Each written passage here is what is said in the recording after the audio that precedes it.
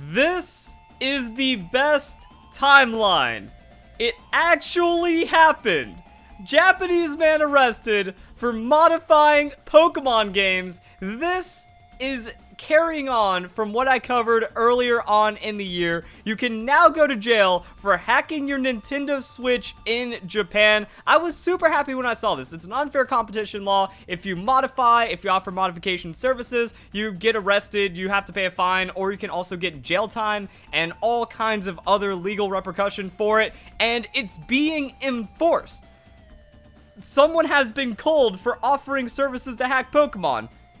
We are closer to legitimacy now more than ever, and I can't wait to see where this goes. So let's get into the news. Let's talk about where we go from here and all the awesome things that are happening right now. Huge news in Japan. Niigata Prefecture Police have arrested a salaryman in his 30s under the Unfair Competition Prevention Law for unlawful modification of software. Dude in his 30s! We got a no-life in his 30s hacking Pokemon for money. That is so scummy.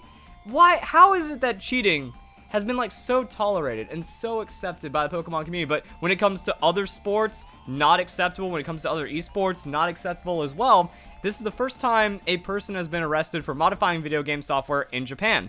Last year, they passed the unfair competition law, and according to Yomiuri Shimbun, in January 2019, the man made 10,000 yen after modifying 2 Pokemon Nintendo 3DS games for customers. The man said it was hard to quit providing these services as he was turning a profit. The court fined him 30,000 yen. Now, I wonder how long he's been doing it, because it looks like the unfair competition law passed. He tried to, subvert the now passed law by doing what he was already doing. It looks like 5,000 yen for modifying a Pokemon game, hacking in Pokemon, setting up the save file data or whatever. And, that's something like you see out here. You see like Facebook ads, you see Craigslist ads, you just hear about like local people offering services. Like, if you're just like in a college campus and someone just like kind of pins a note to a message board like, hey, I'll modify your Switch or I'll homebrew your Switch for $100 or something. So that's what this guy was doing. He made a little under $100 and he was fined a little under $300. So the dude's losing money. That's amazing.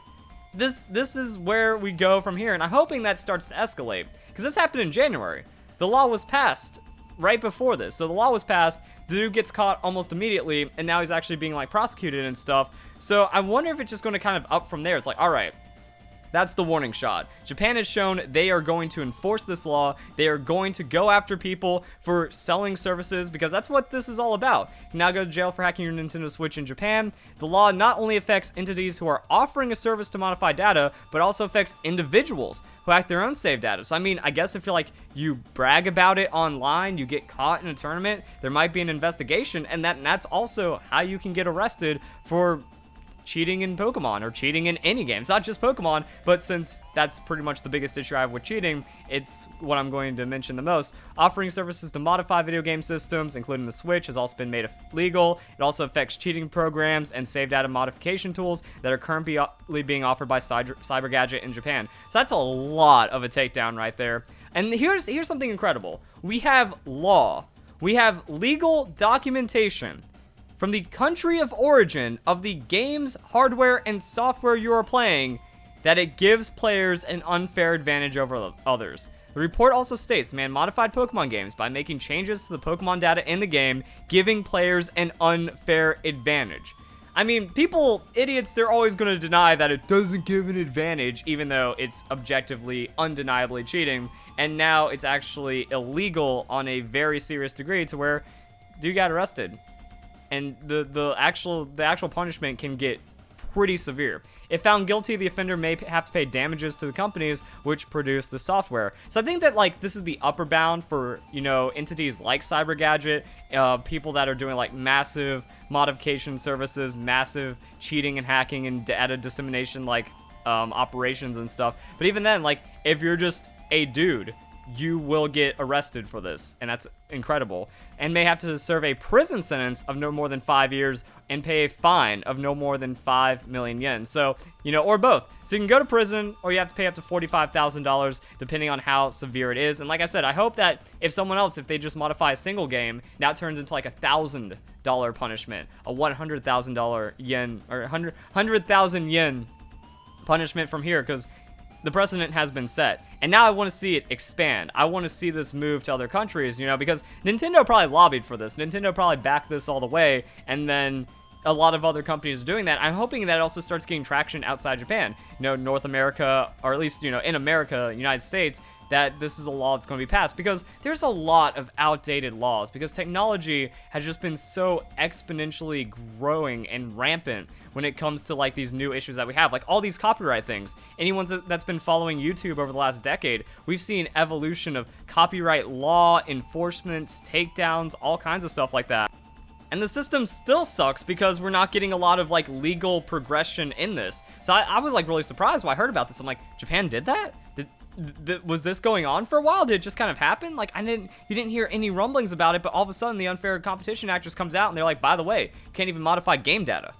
Because that's another thing that people like argue for. So, you know, the hardware is a tricky one on its own. Having homebrew, that's a tricky one on its own. You know, homebrew makers, hackers, and people like that, they try to remove all responsibility from themselves. Like, whoa, I just put out the homebrew, which gives people a fast pass to the piracy, but I don't have anything to do with the piracy. When you know that 99% of the people that homebrew, they're going to do it to pirate games and then have cheating software on it. But then they're like, no, homebrew just lets us do what we want with what we have bought, even though it's only going to be for, or not only, you know, people get mad at me when I say that, but almost every single use case is going to be malicious when it comes to homebrew in some kind of way, whether it's piracy or whether it is to intentionally disadvantage other people or have some kind of advantage of your console that other people can't have because they're following the law, they're following the rules, they're following the terms of service. So I really want to see like what happens if this starts to escalate laws to where terms of service becomes more enforceable with guidelines and stuff like that. And another thing is like, yeah, because of this, I want to see where the laws start going in Japan, in America, that this actually starts creating that discussion. If this gives momentum for Nintendo to push for some laws or push for some kind of court exploration for these kinds of things. Same with all the other software companies. You know, I feel like that when you buy something, you shouldn't fully own it when there's so much intellectual property of the other companies behind it. So much hardware that is proprietary. Something like the Nintendo Switch, something like this, that you don't have the right to do whatever you want to it. You have to follow their terms of service, you have to stay within the bounds. And I mean, it still has been like kind of going in the way against hackers, or going against hackers, because you see it to where if you modify your game in a not allowed way of the terms of service, they're going to push the legal limit that you can't use online anymore if you get caught cheating. That effectively that game, that console becomes worthless from that multiplayer standpoint, especially if you were using it only to disadvantage other people by cheating. So they can effectively brick it to the fullest degree of the law, and they're going to keep inching forward on that. So I'm really happy to see that. I also hope that this scares off people when it comes to like the developers of hacking software, data miners, people that, you know, go and modify the Switch and stuff. And I really want to see this like get pushed, you know, like YouTube will be such a better place if randomizers get shut out forever because you actually can get fined thousands of dollars, or you can have like your video taken down for legal reasons or something. I just want to see pure Pokemon appreciation like we've had for many years before all of this started blowing up around like Generation 5 or something. You know, like, why is that such a bad thing to work for your things and follow the rules? Once again, I don't understand how Pokemon is like the only place where people are in such favor of cheating and law breaking and stuff like that, but then everywhere else it's not tolerated by those communities. Something strange, something I'll never understand, but I do want to see this kind of like move forward and stuff and actually become a punishment. So maybe this is scaring people off. Maybe this is going to embolden Nintendo to send the Nintendo ninjas after people in Europe, in America, in North America that are trying to work on breaking down the Nintendo Switch for Pokemon Sword and Shield, for whatever's going on with Super Smash Bros. Like we are hearing more and more cases of people being punished for this, people being like sought after when it comes to Nintendo. I don't think it's going to be enough for Pokemon Sword and Shield though. Like, I think Pokemon Sword and Shield, it's probably going to get hacked and it's not going to be amazing or something. Pokemon Home kind of limits that. I like that. That's why I'm also okay with not having the entire national dex, because it restricts cheating. This right here, like, this is shutting down Japan. Japan is a large outlet for hacking and cheating, especially like Cyber Gadget and stuff like that. So while it's not taking out the majority of cheating, because like a majority of the Pokemon community outside of Japan still hacks and cheats and disadvantages other people, VGC is just a complete hack fest still. That'd be like amazing if you are legally responsible, if you get like caught at an event for cheating, you just like, boom, $500 fine. That would be ridiculous. That actually, not ridiculous, but that'd be amazing. I can't wait until that happens, and it looks like it's starting to happen. Game Freak already did something similar, that there was an online tournament to where if you got caught hacking at the international tournament and you were paid prize money, and then it came out that you were hacking, you had to give that money back to Game Freak. So like you were responsible for damages from breaking the rules when it comes to cheating. So Japan, they're on the cutting edge of technology. They're starting to move the laws forward. We're going to see where this goes in a couple of years. Hopefully copyright gets a lot more settled. Hopefully video game protections and software protections and consumer protections like these start to make it a bit further. That's kind of it. I did want to elaborate a bit more on the point about cheating. You know, it might take a couple years, and it's going to be a struggle until then, but like, I can't imagine the glorious days, like 4 years from now, if the laws get passed.